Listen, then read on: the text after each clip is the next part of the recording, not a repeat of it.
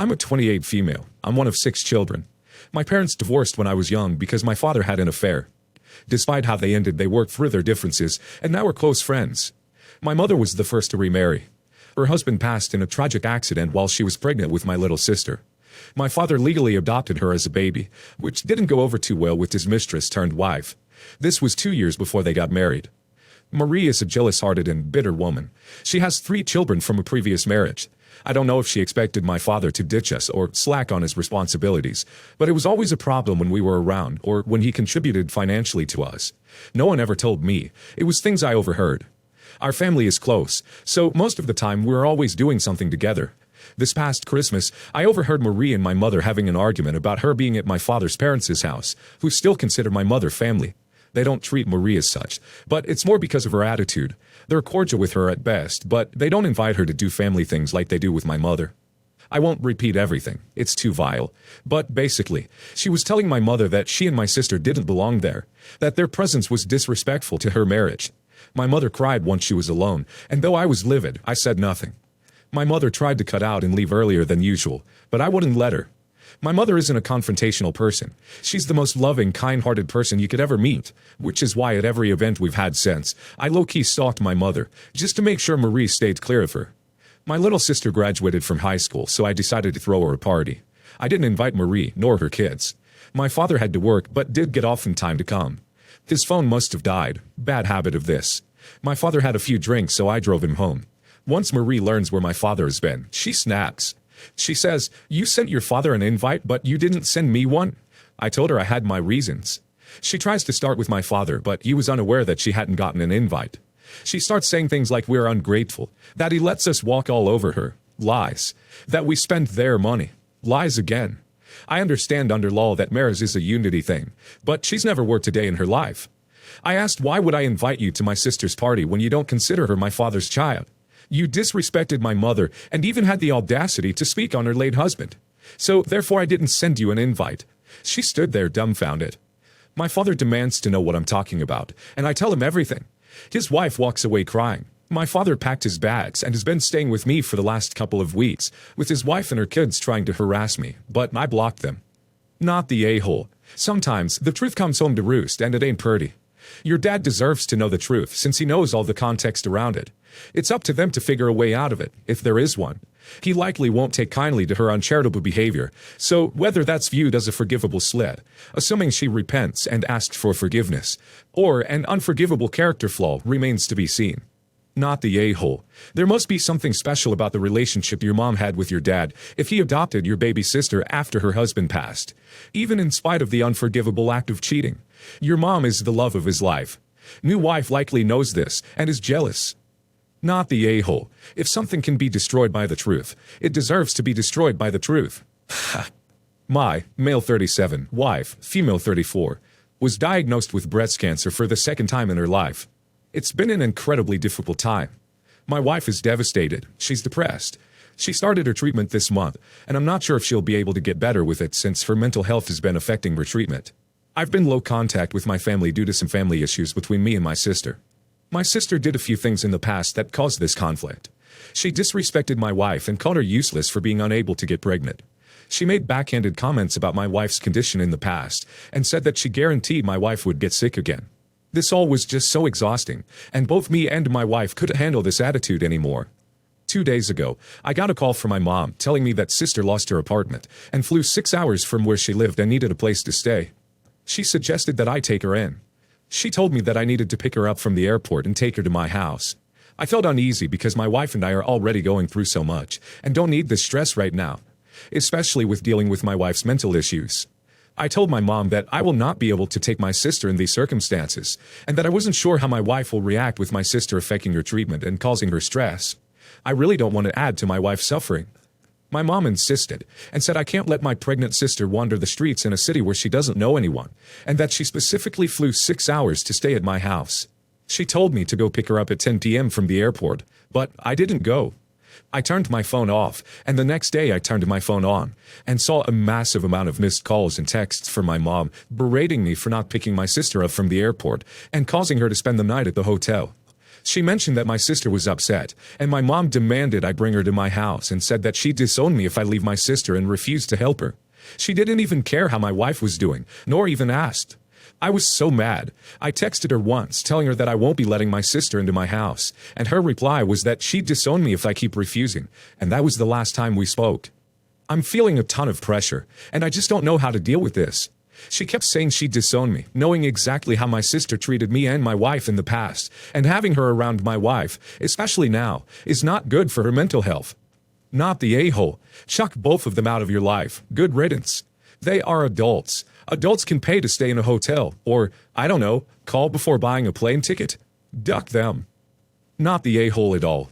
Your sister sounds like she's been nothing but a negative presence in your and your wife's lives, at least lately, and could actively jeopardize her treatment. Right now, your wife's health is your priority. This could literally be a life or death matter. I suspect your mother and sister knew this would, rightfully, be your reaction, because they didn't bother telling you she was coming until she was already on her way. They were hoping to ambush you and force your hand out of guilt. If your mother is so concerned about your sister's welfare, why isn't she opening her home up? As far as being disowned, you're an adult. This is an empty threat aimed only at causing guilt. There's nothing your mother can actually do to you, and honestly, sounds like, at least right now, you would be much better off without these negative forces in your life distracting you from immediate concerns. It sounds like your priorities are in order. Take care of your wife, and don't forget to take care of yourself as well. Not the a-hole. Who flies 6 hours to a city without a plan for somewhere to stay first? And why doesn't she go live with your mom if she's so worried about her? I, 35 female, was the maid of honor at my sister's 28 female wedding. I was thrilled when she asked me to be her maid of honor, especially as we live in different countries, so I don't get to see my family that often. So I thought she might get a friend in that world. We spent a lot of time organizing things over the phone, but I decided to fly home to help out. I haven't seen my sister since Christmas, and while she has always been a little bigger than me, I was fairly shocked when a woman twice the size of the woman I remembered greeted me at the airport. I didn't say anything, and I didn't show my shock on my face.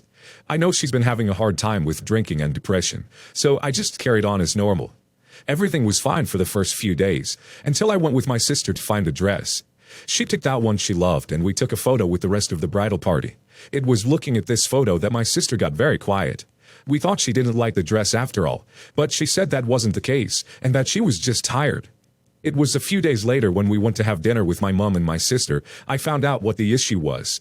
My sister didn't like how big she looked next to me in the photo, and with the wedding only a few months away, she didn't have time to lose any weight. So they asked me to gain weight for the wedding so my sister didn't feel uncomfortable on her big day, as everyone else in the bridal party was also on the larger side. To say I was stunned was an understatement. I've always been underweight, and it wasn't until I turned 30 that I've been able to gain any weight at all. I'm now a healthy weight. My mom and sister took my silence as me needing encouragement. It would be easy to gain weight if I just started adding things to my food and took up drinking. I don't drink at all. I grew up with parents whose alcohol-fueled arguments put me off forever, and I've witnessed my sister fight with alcohol and substance abuse since she was a teenager. I should mention that my family have been telling me I will get fat soon since I was 25, and always expressed resentment when I didn't put on weight.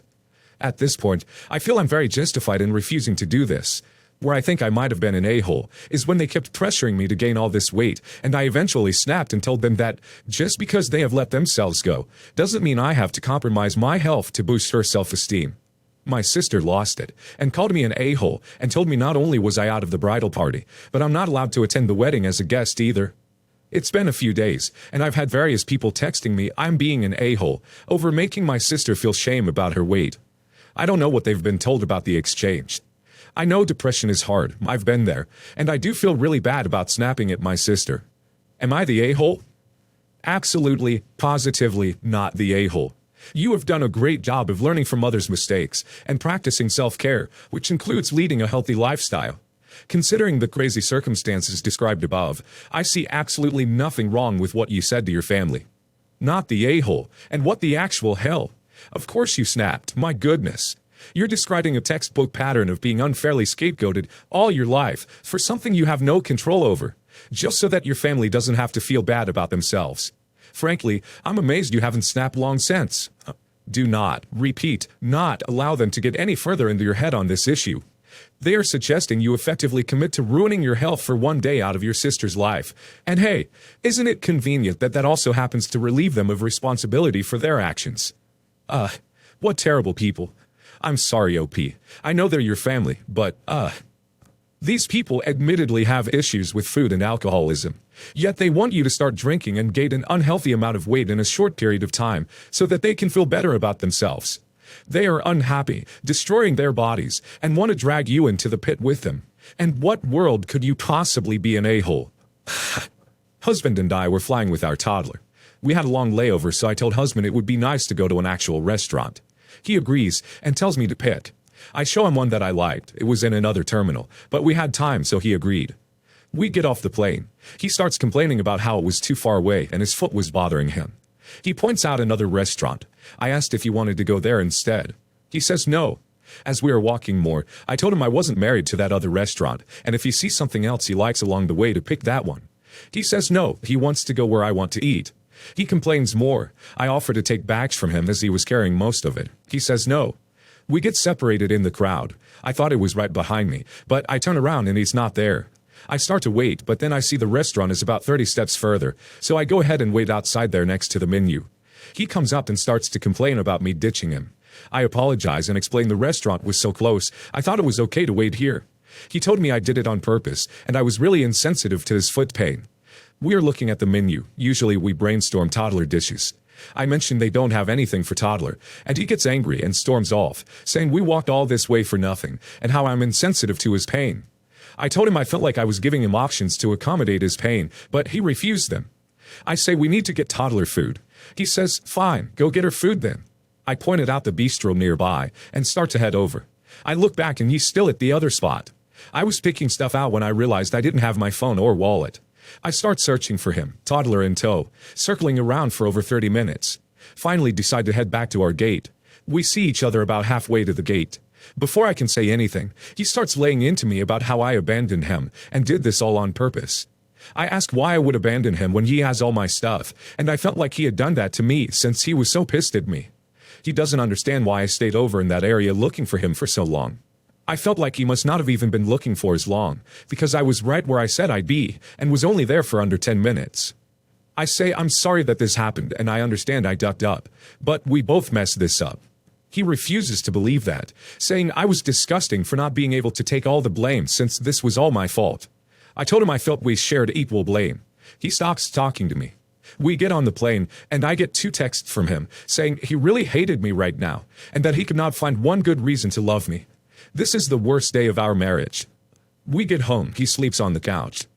Guys, did I really duck up? I really think this is everyone sucks here, but if I'm the a-hole, please let me know. Not the a-hole. Jesus, having 2 toddlers in the airport must have been exhausting. You need serious communication skills. Not the a-hole times 1,000. What is up with your emotionally immature baby of a husband? His foot hurts? Okay, so he should have used his big boy words and told you that he didn't want to walk too far. You offered this as an option, which he declined. The mix-up about losing him in the airport is also no big deal. It happens in crowded spaces. Sounds like you weren't disconnected for very long at all. I can't imagine telling my wife that I couldn't find a good reason to love her, especially not over something so trivial as a walk to a restaurant or being lost in a crowd for a few minutes. This guy sounds like he has some serious emotional and mental issues that need to be worked out. Not the a-hole. I was actually pretty sympathetic with your husband, foot pain, airports, etc., for the first few lines. But telling you he hated you and this was the worst day of your marriage was so far over the line. I hope you've only been married for a couple of weeks, because that would make sense. Otherwise, he better build some character before worse days come, because they will, and you can only survive them if you love each other every day. We've been together almost 10 years. I was pretty pissed at that comment too, as we've been through a lot, and us getting lost in the airport is not in my top.